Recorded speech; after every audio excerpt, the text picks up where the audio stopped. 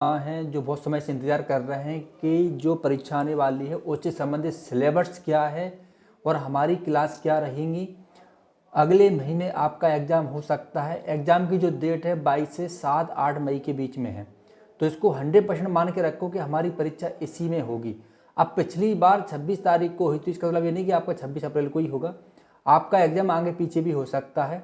थोड़ी सी हम चर्चा करेंगे कि हमारे कुछ बालक हैं, इनकी क्या तैयारी है और आपको कैसे तैयारी करनी, किन विषयों पर करनी है। आपके मन में एक बहुत ज़्यादा प्रश्न आ रहा होगा कि हमारी क्लास क्यों नहीं आ रही है आप लोगों को पढ़ाने के लिए। देखो महाराज, हमारे पास इतना टाइम नहीं रहता है कि हम ऑनलाइन आपको पढ़ा सकें वीडियो के माध्यम से। इनकी पहले हम रिकॉर्ड करें फिर आपको हम वीडियो बना के डालें, इतना टाइम नहीं रहता है। ऑफलाइन ही हमको बहुत सारा काम रहता है। दूसरी बात, हमारे जो बंदे जो हमसे ऑनलाइन पढ़ते हैं उनकी भी क्लास लेनी पड़ती है। उनके पहले हमको उनके PDF नोट्स बनाने पड़ते हैं, फिर हमको तैयारी करनी पड़ती है उन बंदों को पढ़ाने के लिए। कई प्रकार की समस्याएं हमारे सामने रहती हैं, इसलिए हम वीडियो नहीं बना पा रहे हैं। लेकिन आज की वीडियो में मैं आपको ये जरूर संकेत करूंगा कि आपको क्या पढ़ना है, कैसे पढ़ना है। तो महाराज ये बताओ कि चलो मैं इनसे थोड़ा चर्चा कर लेता हूँ, फिर मैं आप लोगों से बात करूँगा। तो अभी आपकी क्या तैयारी है, आपने अभी तक क्या क्या पढ़ा महाराज, थोड़ा सा बोलो, बताओ आप थोड़ा सा। जी श्रीमान, अभी तो हमारी विशेष कुछ तैयारी नहीं है। चलो मैं बता देता हूँ आप लोगों को। तो अभी हमको क्या करना है, जैसे एक महाराज हैं हमारे यहाँ आए थे, ठीक है, और यहाँ पर तैयारी कर रहे हैं, तो थोड़ा मैं इनसे चर्चा करूँगा। ये मान के रखो चर्चा मैं आपसे भी कर रहा हूँ। तो प्रभु हमें क्या करना है, अभी सिलेबस आपके पास है ही, ठीक है, मैंने सब कुछ दिखाई दिया, आपको सारी चीज़ें बता दी। आप लोगों ने अगर हमको सुना हो, हमारी क्लास ली हो, या फिर हमारे माध्यम में आप तैयारी कर रहे हैं, तो आपके लिए भी ये वीडियो बड़ा महत्वपूर्ण है। ये मान के रखो कि मैं आपसे ही चर्चा कर रहा हूँ। अच्छा ये बताइए प्रभु, देखो सबसे पहले हमें इस बात का ध्यान रखना है, अगर हम साक्षात्कार या फिर लिखित परीक्षा या फिर फिजिकल कोई भी स्टेप हो हमारे सामने, कोई भी लक्ष्य हो प्रभु, तो उसके लिए हम लोगों को क्या करना है, सबसे मेन है हमारा एकाग्र मन। अगर हम मन को एकाग्रचित कर लेंगे तो मुझे लगता है कि आप कोई भी परीक्षा आराम से पास कर सकते हो। सबसे बड़ी समस्या ये है कि हम जो भी कार्य करते हैं उसमें 100% मन नहीं डालते।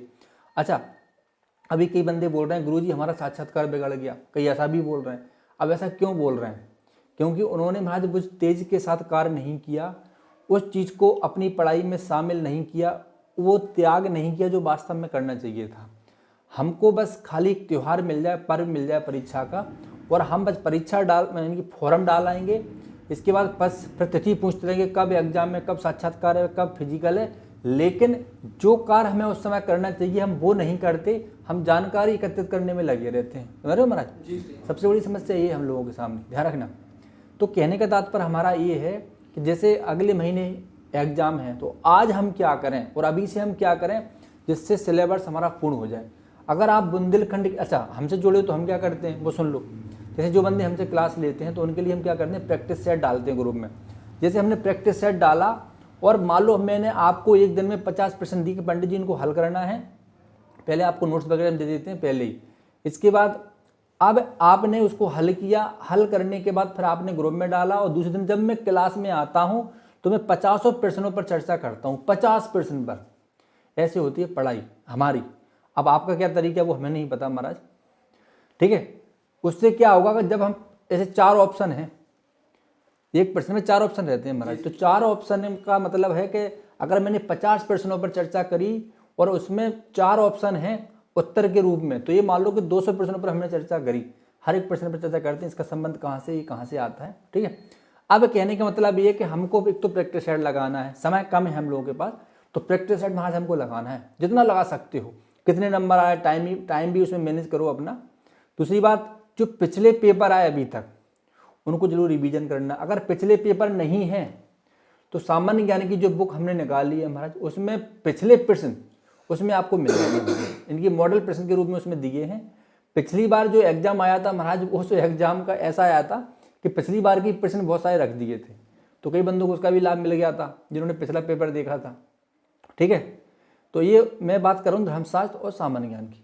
तो सबसे मेन चीज़ होती है प्रैक्टिस सेट। आप प्रैक्टिस सेट लगाइए, लेकिन अब समस्या है कि आपके पास प्रैक्टिस सेट है नहीं है तो बुंदेलखंड की जोड़ो, मैं तो यही कहूँगा महाराज। अगर नहीं है प्रैक्टिस सेट तो बुंदेलखंड की जोड़ो। अगर मैं आपको एक वीडियो बना के दे भी दूंगा, एक लेक्चर दे भी दूंगा, तो उससे कुछ नहीं होगा महाराज। आपको प्रैक्टिस सेट करना पड़ेगा, अभ्यास करना पड़ेगा। और 50 प्रश्न अगर मैं आपको अभ्यास के रूप में लगवा रहा हूँ तो 50 प्रश्नों पर चर्चा भी होना बहुत आवश्यक है। क्यों महाराज, अगर चलो हमने एक वीडियो बना दिया, उससे क्या होगा। मेरा कहने का तात्पर्य ये है कि आपको कुछ होमवर्क अपने हिसाब से करने ही पड़ेंगे, इस बात का विशेष ध्यान रखना है, ठीक है। अब रही सामान्य ज्ञान की बात, तो सामान्य ज्ञान में भी प्रैक्टिस सेट चलेंगे, बुक में प्रैक्टिस सेट दिए गए हैं। इसके बाद सामान्य ज्ञान का सिलेबस ध्यान रखना, जो नवीन सिलेबस है आप लोगों के लिए तैयार है पुस्तक के रूप में। ध्यान रखना, मैं पुस्तक का कोई प्रचार नहीं कर रहा हूँ, लेकिन हमारी जो रणनीति होती है उस रणनीति का जो हमारा हिस्सा हो आप भी हो, ध्यान रखना, इसलिए मैं आप तक ये बात पहुँचा रहा हूँ, ठीक है। तो जिसने पुस्तक नहीं मंगाई वो पुस्तक मंगा लो महाराज। अब समय कम है, हमें क्या पढ़ना है क्या नहीं पढ़ना है इस पर फोकस करो। सुनो, जो चीज़ आपको आती है, जो चीज़ आपको आती है उसको साइड से रखो, जो नहीं आती उस पर थोड़ा सा फोकस कर लो। या फिर जो लगता है सामान्य ज्ञान की से मैं बात करूं, आपको लगता है मेरा भूगोल बहुत अच्छा है, बकाया प्रश्न में थोड़ी सी कठिनता है, तो आप अपना भूगोल अच्छे से पढ़ लो, बकाया जो कठिनता है उसको शुरू से पढ़ लोगे दिक्कत आएगी। तो कहने का तात्पर्य ये है हमारा कि आपके जिन विषयों पर पकड़ अच्छी है उनको अच्छे से रगड़ दो, तो जो विषय छूट रहे हैं छूट जाने दो, कोई दिक्कत नहीं है। क्योंकि सामान्य ज्ञान में ओनली आपको 40 नंबर चाहिए, 20% हल करना है, और आपको 50 नंबर हम आपको गारंटी देते हैं। अभी हम आपको कुछ 1-2 दिन बाद एक ऐप की लिंक देंगे, उसे जुड़ जाना। अगर क्लास लोगे तो वो क्लास अलग से चलेगी आपकी सामान्य ज्ञान की। तो इतनी गारंटी हम लेते हैं कि 50 नंबर आपके आराम से जाएंगे, मतलब कि आप क्वालिफाई हो जाओगे, 25% आराम से कर लोगे, कुछ भी नहीं जानते होगे तब भी, ठीक है प्रभु। रही धर्मशास्त्र की बात, तो धर्मशास्त्र में आपको पता है कि मेरिट बनती है, मेरिट उठती है, और धर्मशास्त्र बड़ा इंपॉर्टेंट है महाराज। धर्मशास्त्र अब हमें पढ़ना कैसे वो समझ लो। आप बहुत बड़ी गलतियां करते हो कि आप किसी किताब को लेके आप रटना शुरू कर देते हो, ऐसा नहीं करना है। हम तो ये कहते हैं कि आप अपने जीवन में कोई ना कोई शास्त्र को शामिल कीजिए। जैसे आपने एक बार संकल्प लीजिए कि मैं शास्त्रों को पढ़ूंगा, तो ज़्यादा शास्त्र नहीं पढ़ना है। शास्त्र मतलब क्या, ऐसे उपनिषद की मैं बात करूं तो आपको उपनिषदों के ऐसे 11 उपनिषद वो पढ़ लो, पूरे मत पढ़ो 108, नॉर्मल आराम से। अब मैं गारंटी देता हूँ अब 4 दिन में खत्म कर दोगे। इसके बाद अब रामायण तो पूरा नहीं पढ़ पाओगे, तो रामायण पे तो हम चर्चा कर सकते हैं कई प्रकार से, ठीक है। रामायण की गारंटी हमारी, हम आपको वीडियो भी बनाएंगे, अगर आपने हमसे क्लास नहीं ली तब भी हम रामायण का जो सिलेबस है वो पूरा कराएंगे आपका। रामायण से बहुत सारा प्रश्न उठते हैं, कई बार ये भी आएगा राम का विवाह कब होगा, कौन सी पंचमी को होगा, राम, ठीक है, तारा किसकी पत्नी थी, इस प्रकार के प्रश्न आए, ठीक है।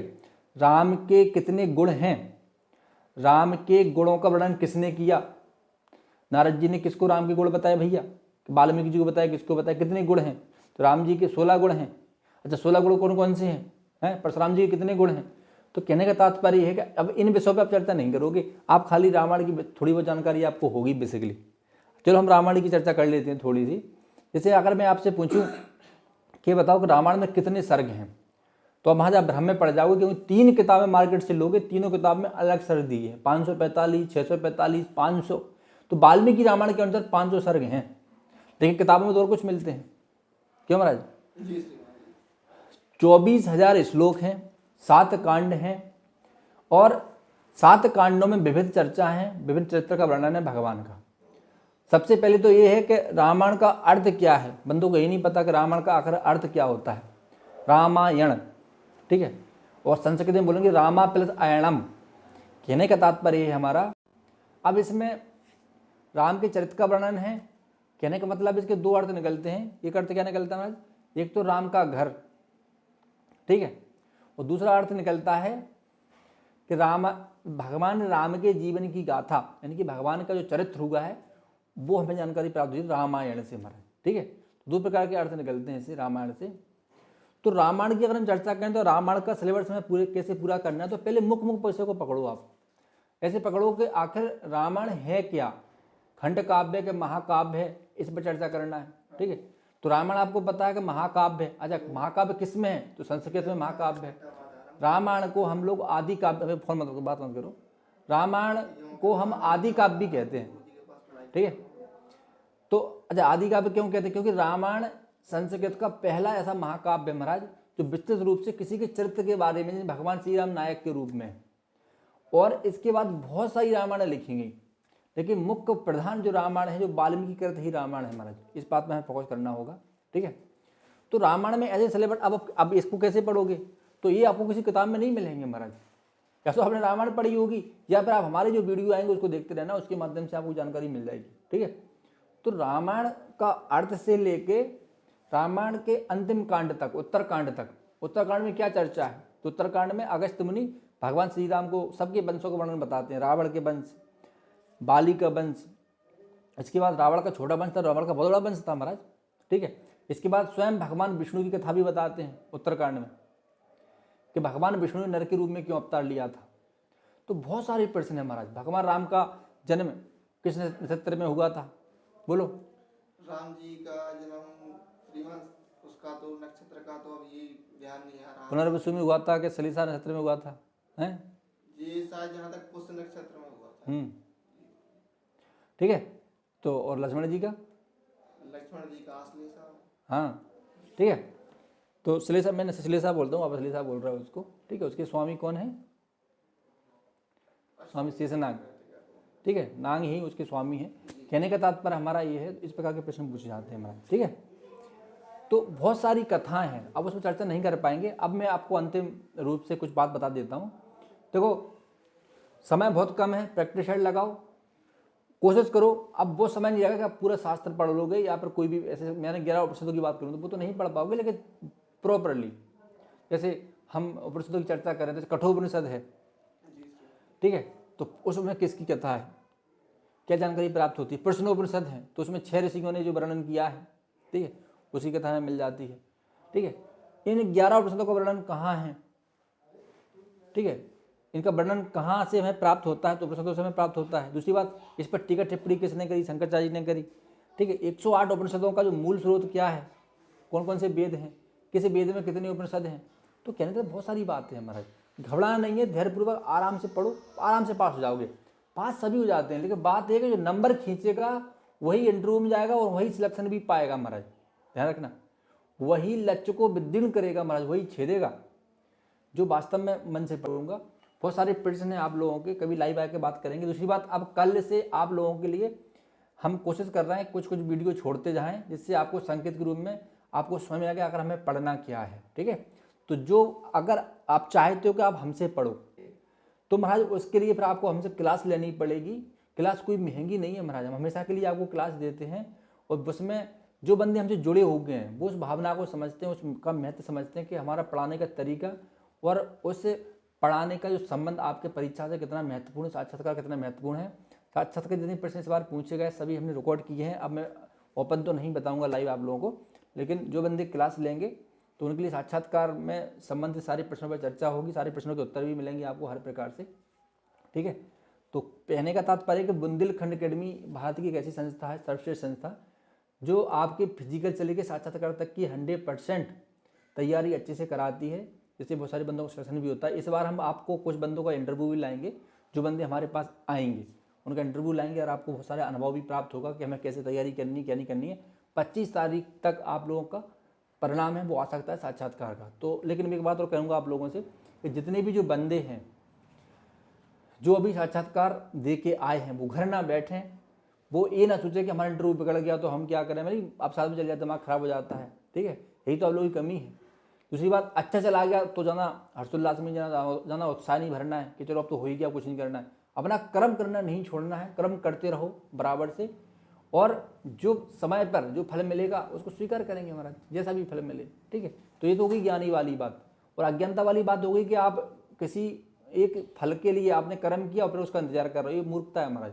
हमें कर्म करते रहना है, फल जो मिलेगा उसको स्वीकार करेंगे, ठीक है प्रभु। एक वीडियो था आप लोगों के लिए, मैं सबसे फिर से कह रहा हूँ, हम लोगों की 1 तारीख से क्लास स्टार्ट हो चुकी है। आप चाहो तो बुंदेलखंड एकेडमी ये नंबर दिख रहा होगा, यहाँ से ज्वाइन कर सकते हो, अच्छे से तैयारी कर सकते हो। जिसका वजन बहुत ज़्यादा है वो फिजिकल के लिए आ सकता है यहाँ पर, और उसको अपना फिजिकल में बहुत अच्छा प्रदर्शन कर सकता है भर्ती में, ठीक है प्रभु। अच्छा, आप बता रहे थे कि वो आपके हाथ में क्या है? हमारे हाथ में सीवन टैटू बना हुआ है। हाँ, ये महाराज बता रहा है कि हम इनके हाथ में एक टैटू बना हुआ है। अब मैं आप लोग को बता देता हूँ, अगर कोई टैटू है, मार्क है, वैसे नॉर्मल है, अगर आपने कोई धार्मिक चिन्ह बना रखा है तो कोई दिक्कत नहीं है। अभी तक ऐसा कोई हमारे पास ऐसा केस नहीं आया कि इस बार उन्हें बंदों को भगाया है।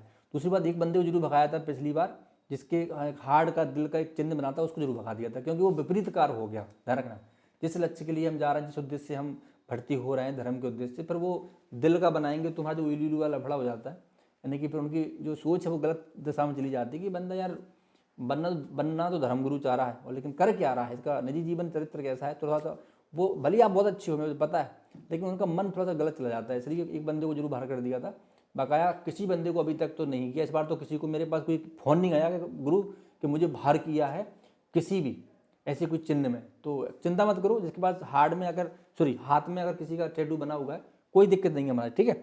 आपको तो ओम का बनाना है वहाँ पे एक जगह, नाम लिखा है श्रीमान जी हमारा। कोई दिक्कत नहीं है, ठीक है, कोई दिक्कत नहीं है। बस अश्लील या उस टाइप के नहीं होना चाहिए, जो विकृत टाइप के, जो अच्छे नहीं लगते हैं, ठीक है प्रभु। तो एक वीडियो था आप सभी के लिए, आप लोग कमेंट जरूर करना, शेयर जरूर करना, और सभी बंदों को मेरा राम राम। जितनी बंदे संघर्ष कर रहे हैं सभी के लिए मेरा राम राम। जय हिंद, वंदे मातरम।